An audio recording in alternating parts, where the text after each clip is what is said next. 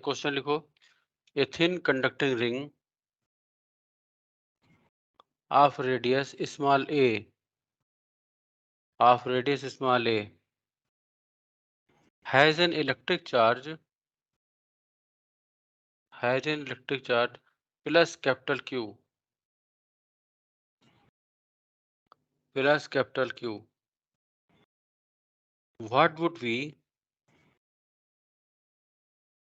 what would be what would be the increase in tension of the wire if a point charge plus Q if a point charge plus small q is placed at the center of the ring देखो ring के ऊपर plus capital Q charge है, centre पर small Q charge रखा गया है। तो yes sir. Ring में जो टेंशन होगा उसको बताना है।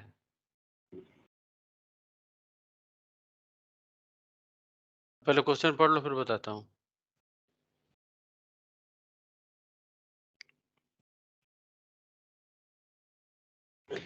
देखो ये रिंग है,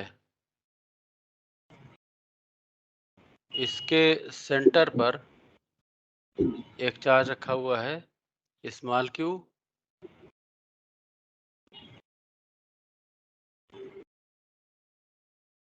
और इसके सरफेस पर प्लस कैपिटल क्यू चार्ज है।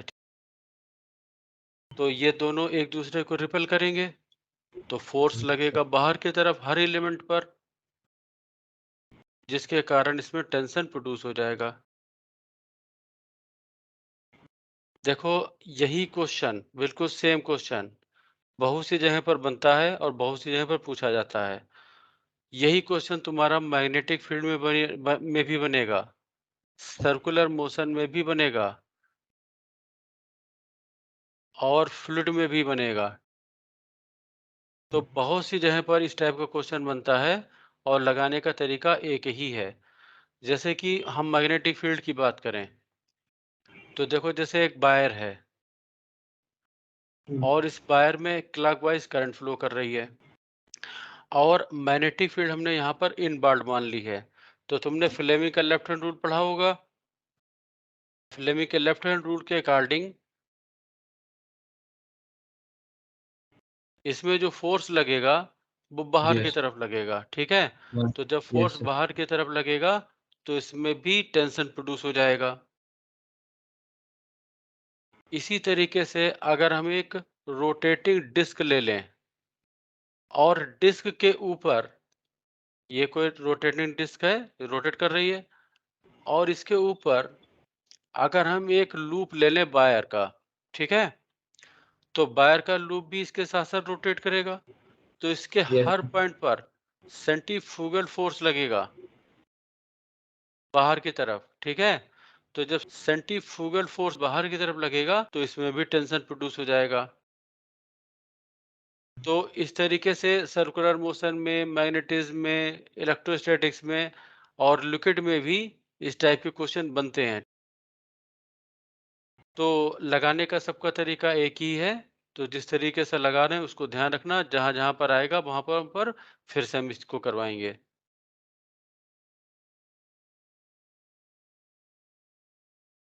तो इस क्वेश्चन को करने के लिए हम ऐसा करते हैं, एक बहुत छोटा सा एलिमेंट इसके सरफेस पर कंसीडर कर लेते हैं। ये बहुत छोटा सा हमने एक एलिमेंट कंसीडर कर लिया है।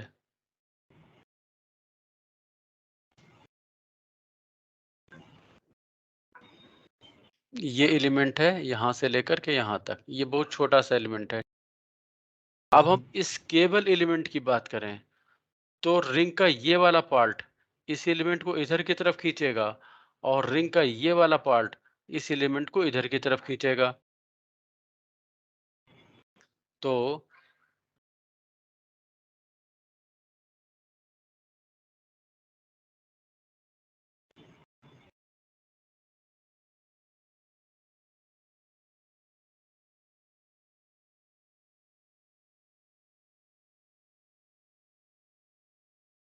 हमने इस तरीके से ये बना दिया है।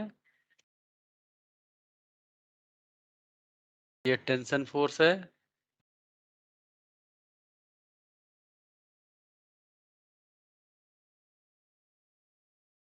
टेंशन है ये। इस तरीके से लग रहा है इस एलिमेंट पर। अब अगर हम इसको पीछे की तरफ बढ़ाएं तो यहाँ पर जाके मीट करेगा, ये यहाँ पर जाके मीट करेगा। इसके सेंटर पॉइंट से हमने एक लाइन ड्रा कर ली इस तरीके से, और इस एंगल को हमने, बहुत छोटा सा एंगल है इसलिए हमने डी थीटा कंसीडर कर लिया। तो ये जो आधा एंगल है वो हो जाएगा डी थीटा बाई 2 के बराबर। ये टेंशन T और ये टेंशन T। तो ये एंगल डी थीटा बाई 2 है, ये 90 है। तो ये वाला एंगल ये हो जाएगा 90 माइनस डी थीटा बाई 2, और ये वाला एंगल भी हो जाएगा 90 माइनस डी थीटा बाई 2 के बराबर। फिगर बना लो।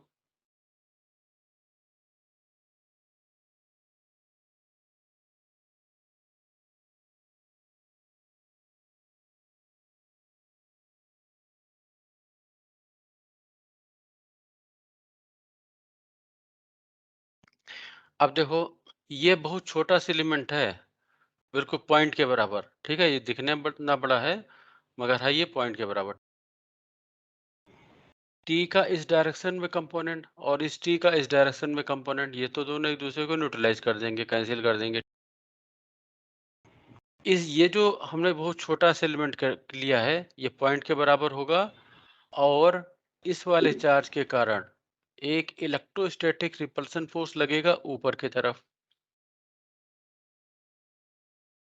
और ये किससे बैलेंस होगा? टी के इस डायरेक्शन में कंपोनेंट और टी के इस डायरेक्शन में कंपोनेंट से ये बैलेंस होगा। तो df that is equal to 2t cos 90 minus d theta by 2। अब सबसे पहले निकाल लो charge on element, dq is equal to charge on element. Total charge जो है वो q के बराबर है, कितने में डिस्ट्रीब्यूटेड है? 2 पाई a में। तो ये निकला चार्ज पर यूनिट लेंथ। अब इसके लेंथ से मल्टीप्लाई कर दें, और इसके लेंथ कितनी होगी? a डी थीटा के बराबर होगी। a से cancel, q upon 2 pi into d theta, ये हमारा चार्ज हो गया। तो देखो df की वैल्यू क्या हो जाएगी? 1 upon 4 pi epsilon not q into d q upon a square, that is equal to 2t sine d theta by 2।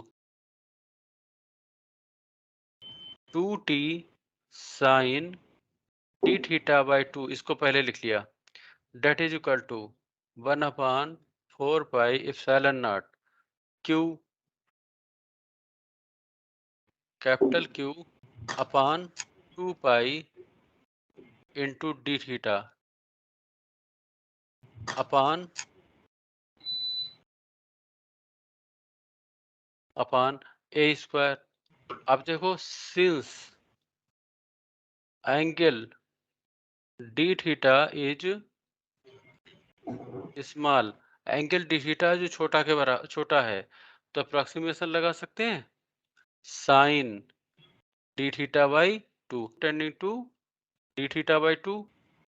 तो 2t d theta by 2 is equal to 1 upon 4 pi epsilon not q into capital Q into d theta upon 2 pi a square. अब देखो 2 से 2 cancel out, ठीक है, D theta जी। से d theta cancel out, तो t is equal to हो जाएगा Q into capital Q upon 8 pi square epsilon naught a square, इतना टेंशन प्रोड्यूस होगा। नोट कर लो।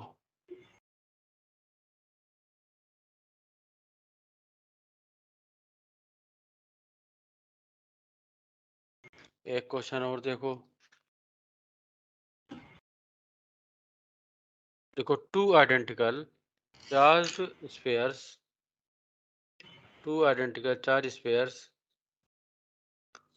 suspended from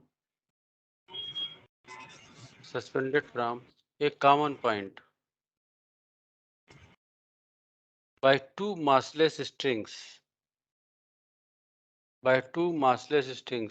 of length L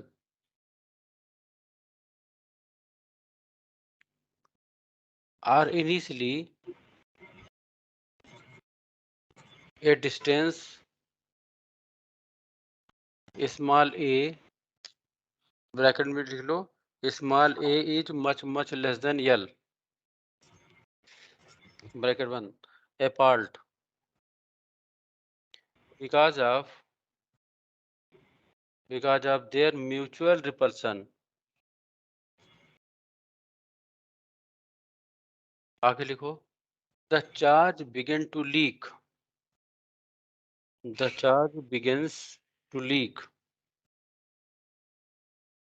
from both the spheres at a constant rate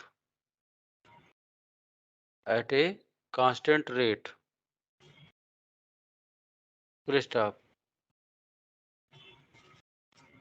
As a result, the charges approaches each other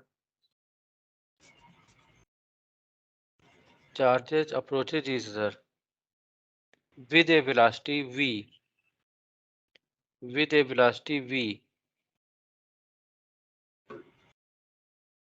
आगे लिखो, then as a function of distance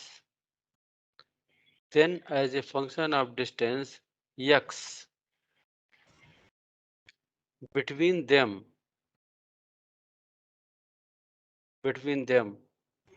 option first v is directly proportional to x, option second v is directly proportional to x to the power minus half, third option है v is directly proportional to x की power minus 1, और चौथा है v is directly proportional to x की power half. ये चार option है।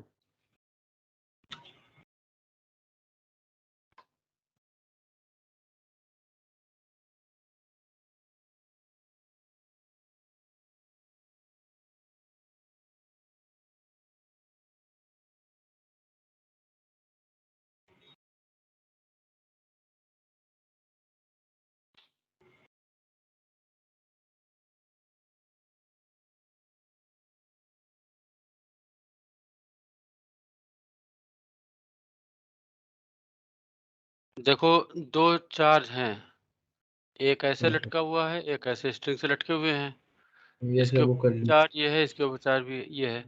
अब देखो इनके ऊपर से जब चार्ज निकलेगा, कह रहा है चार्ज लीक करता है, तो दोनों पर चार्ज कम हो जाएगा,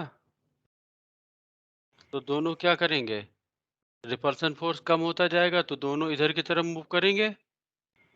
जब इनके बीच की डिस्टेंस x रह जाती है, उस समय इनकी वेलोसिटी कुछ होगी, तो x और b में रिलेशन फाइंड करना है।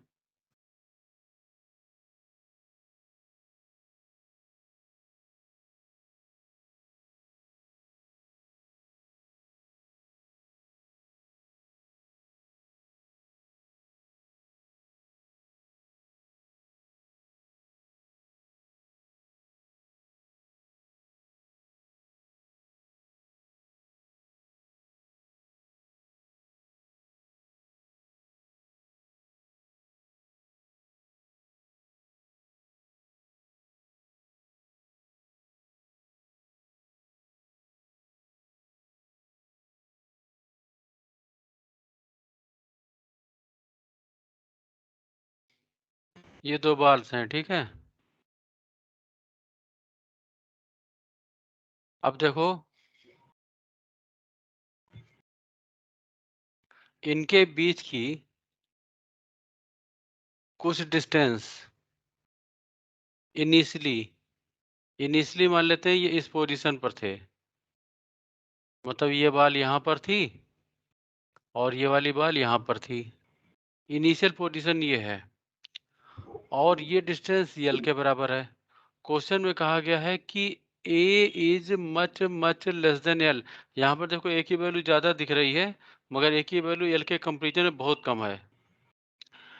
जब इनके ऊपर से चार्ज लीक करता है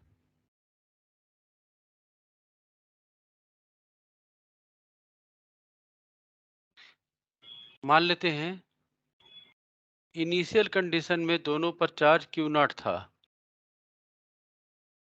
और जब लीक करेगा तो ये हमारी फाइनल कंडीशन हो गई और इसके ऊपर चार्ज हमने क्यू और क्यू मान लिया और इस समय जो इन दोनों के बीच की डिस्टेंस है वो है यक्स के बराबर और इस एंगल को हमने थीटा के बराबर मान लिया। और अब अगर इसका हम फ्री बॉडी डायग्राम बनाएं तो नीचे की तरफ लगेगा वेट mg और इलेक्ट्रोस्टैटिक रिपल्सन फोर्स लगेगा इधर की तरफ। लगाने का तरीका वही जैसे पहले किया था। स्ट्रिंग में टेंशन T मान लिया तो पहली इक्वेशन बनाएंगे हॉरिजॉन्टल कंपोनेंट लेकर के। ये एंगल हो जाएगा थीटा के बराबर तो T sine theta is equal to 1/4 pi epsilon not Q into Q upon R का मतलब हो गया x का स्क्वायर। वर्टिकल कंपोनेंट लेकर के इक्वेशन बनाएंगे T cos theta is equal to mg, फिर दोनों को डिवाइड कर दो तो tangent of theta is equal to Q square upon 4 pi epsilon naught x square mg। ये हुआ।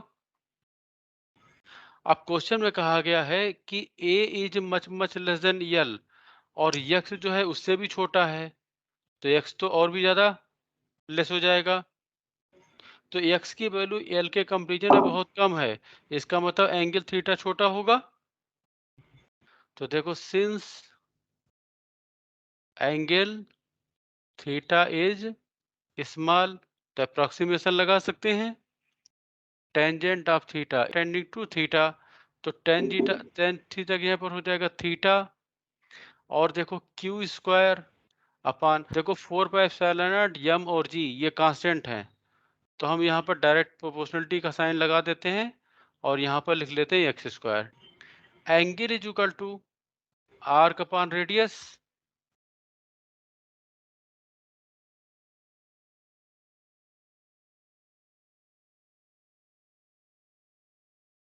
आर्क होगा x/2 लेंथ यल directly proportional to Q square upon x square. तो देखो 2 भी कांस्टेंट है यल भी कांस्टेंट है तो x cube is directly proportional to Q square. ये हमारे पास रिलेशन आया है। हम इसको ऐसे भी लिख सकते हैं x to the power 3/2 directly proportional to Q. देखो ये जो वेलोसिटी होगी वो इस एक्सिस के रेस्पेक्ट में होगी तो अगर हम इससे यहाँ से लेकर यहाँ तक ये डिस्टेंस हम y मान लें तो y इज इक्वल टू किसके बराबर होगा x/2 के बराबर होगा। तो हम यहाँ पर x की जगह पर 2y लिखे दे रहे हैं।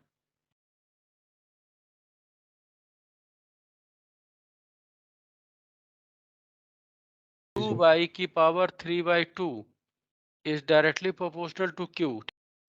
अब 2 तो कांस्टेंट है y की power 3/2 is directly proportional to q इसको डिफरेंशिएट कर दो। 3/2 बाई की power half dy upon dt is directly proportional to dq upon dt।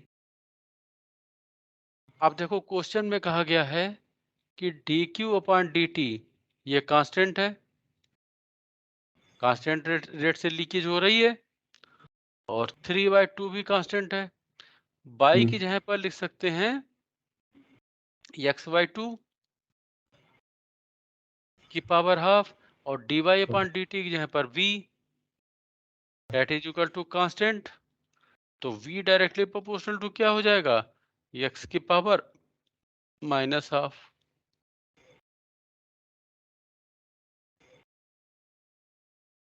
चलो एक क्वेश्चन लिखो। देखो two identical conducting spheres having unequal charges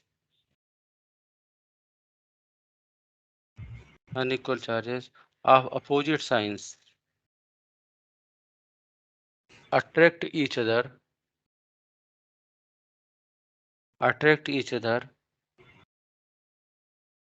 with a force of 0.108 Newton. 0.108 Newton when separated by 0.5 meter. Separated by 0.5 meter. आगे लिखो। The spheres are connected by a conducting wire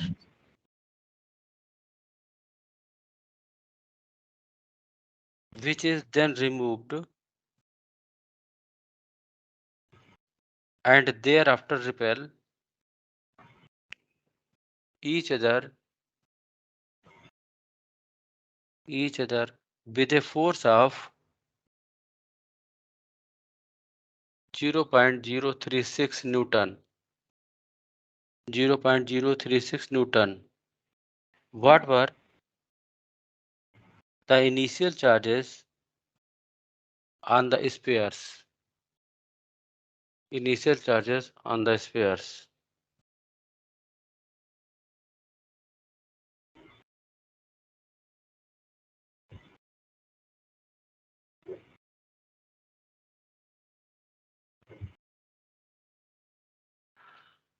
देखो दो spheres हैं, एक स्फीयर ये है और एक स्फीयर ये है, और इन दोनों के बीच की जो डिस्टेंस है वो है r is equal to 0.5 metre. अब इन पर अनइक्वल एंड अपोजिट चार्ज है, तो हमने इस पर चार्ज मान लिया Q1 और इस पर चार्ज मान लिया Q2। हम दोनों को ही पॉजिटिव माने ले रहे हैं। अगर नेगेटिव कोई होगा तो अपने आप से साइन के साथ में आ जाएगा, तो हम क्यों टेंशन लें। अब जो है फोर्स लग रहा है वो अट्रैक्टिंग फोर्स लग रहा है और ये लग रहा है। अगले केस में इन दोनों को टच कर दिया गया एक वायर से, अब की बार इन दोनों को वायर से कनेक्ट कर दिया गया, और वायर से कनेक्ट करने के बाद वायर को हटा दिया गया, तो दोनों के ऊपर चार्ज क्या होगा,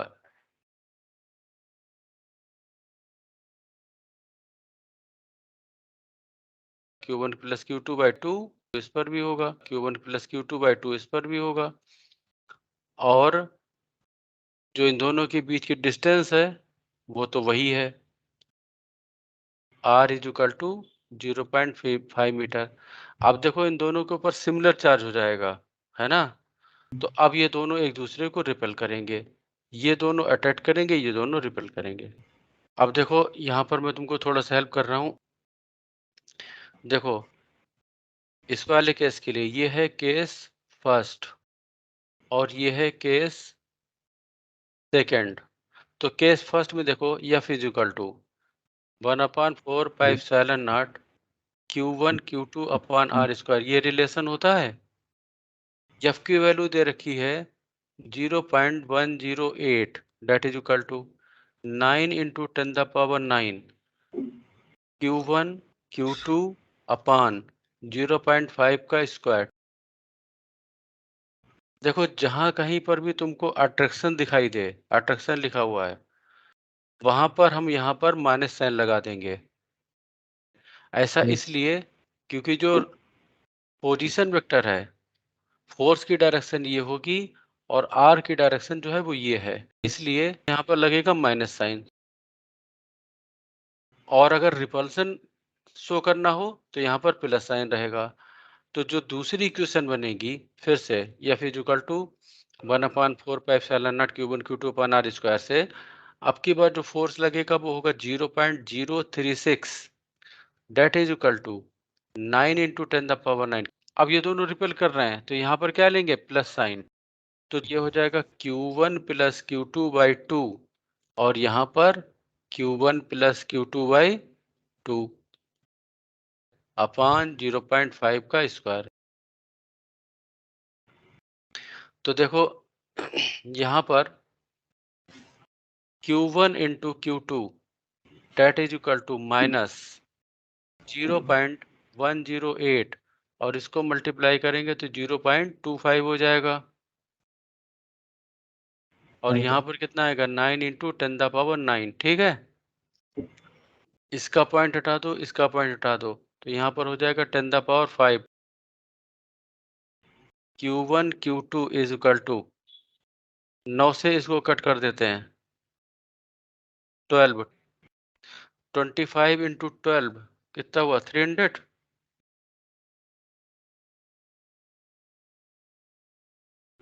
300 इंटू 10 द पावर 9 प्लस 5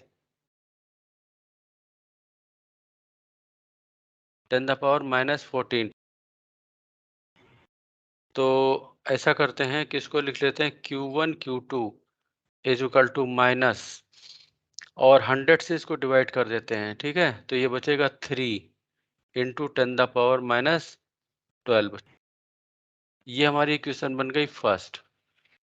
अब देखो इससे Q1 प्लस Q2 का whole square that is equal to, यहाँ पर हो जाएगा 0.036 into 0.25 upon 9 into 10 the power 9, ठीक है। और 4 यहाँ पर डिनोमिनेटर में आएगा और यहाँ पर 4 से मल्टीप्लाई कर देंगे। तो पॉइंट इसका हटा दें, पॉइंट इसका हटा दें, 10 द पावर 5 हो जाएगा, 25 इंटू 400, तो 3600 अपान 9 इंटू 10 द पावर 14 हुआ। इसको इससे कट कर दें तो 400 हो जाएगा। तो ये हो जाएगा 4 इंटू 10 द पावर माइनस 12। ये आया है Q1 प्लस Q2 का स्क्वायर। अब यहाँ पर लिख सकते हैं Q1 plus Q2 is equal two plus minus 2 into 10 the power minus 6। तो हम केवल प्लस साइन यहाँ पर ले रहे हैं। Q1 plus Q2 is equal to 2 into 10 the power minus 6। इतना समझाया। माइनस साइन का क्या इफेक्ट आएगा वो भी बात बताएंगे। अब देखो एक इक्वेशन ये दे रखी, एक इक्वेशन ये दे रखी है। तो अगर हम Q2 या Q1 की वैल्यू इस पे प्लेस करें तो हमारे पास क्वाड्रेटिक इक्वेशन बन जाएगी। तो उससे सॉल्व करना थोड़ा सा कठिन हो जाएगा। तो हम लोग ऐसा यूज करते हैं कि देखो तुमने पढ़ रखा होगा a प्लस बी का whole square is equal to a minus B का होल स्क्वायर प्लस 4ab और a माइनस बी का whole square is equal to a plus B का होल स्क्वायर माइनस 4ab। तो ऐसा करते हैं कि यहाँ पर भी यही काम कर लेते हैं। Q1 माइनस Q2 का whole square that is equal to Q1 plus Q2 का स्क्वायर माइनस 4 Q1 Q2। तो Q1 माइनस Q2 का square that is equal to Q1 plus Q2 का स्क्वायर कितना हो जाएगा, 4 इंटू 10 द पावर माइनस 12। यहाँ पर माइनस माइनस प्लस ये हो जाएगा 12 इंटू 10⁻12। तो ये कितना हो जाएगा 16 into 10⁻12। Q1 minus Q2 is equal to कितना हो जाएगा 4 इंटू 10⁻6। अब इस इक्वेशन को नाम डाल देते हैं ए, इस इक्वेशन को नाम डाल देते हैं बी। दोनों को ऐड कर दो, ऐड ए एंड बी, ए और बी को ऐड कर दिया। तो देखो Q1 और Q1 ऐड हो जाएंगे, Q2 कैंसिल आउट हो जाएगा। तो twice Q1 is equal to 6 into 10⁻6। तो Q1 इज इक्वल टू कितना हो जाएगा 3 इंटू 10⁻6, या हम कह सकते हैं 3 माइक्रोकूलम। ठीक, अब चाहे तो वैल्यू प्लेस कर दो या सब्ट्रैक्ट कर दो।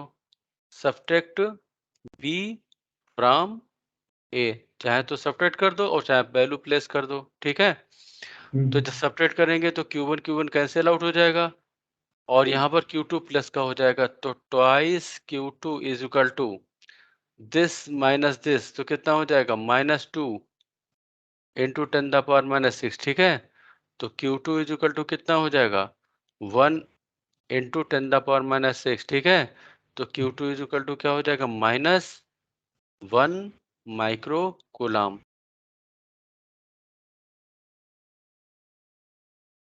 नोट कर लो।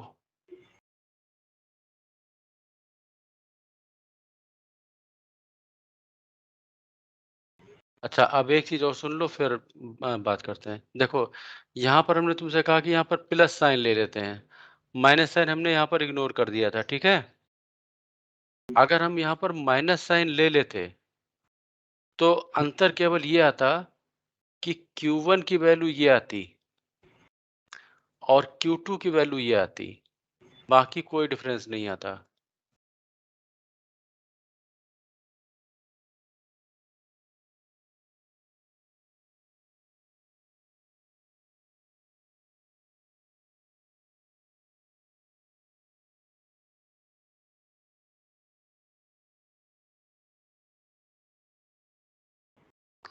एक क्वेश्चन और लिखो, कुछ ऐसा ही है।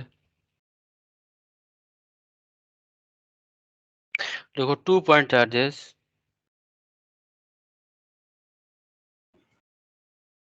Q1 and Q2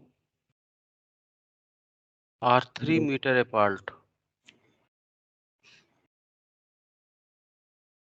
and their combined charge is 20 microcoulomb. 20 microcoulomb. आगे लिखो, if one repels the other with a force of 0.075 Newton, what are the two charges? What are the two charges?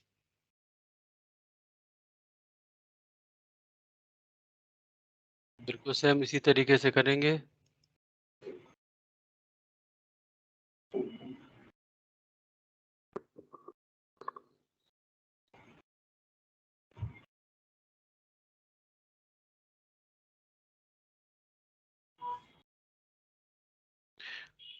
देखो अच्छा question को, दो charges हैं, उनका magnitude पता करना है। Let the two charges are Q1 and Q2। ठीक है, तो इसको हमने Q1 मान लिया और इसको Q2 मान लिया, और इनके बीच की जो डिस्टेंस है वो है 3 मीटर।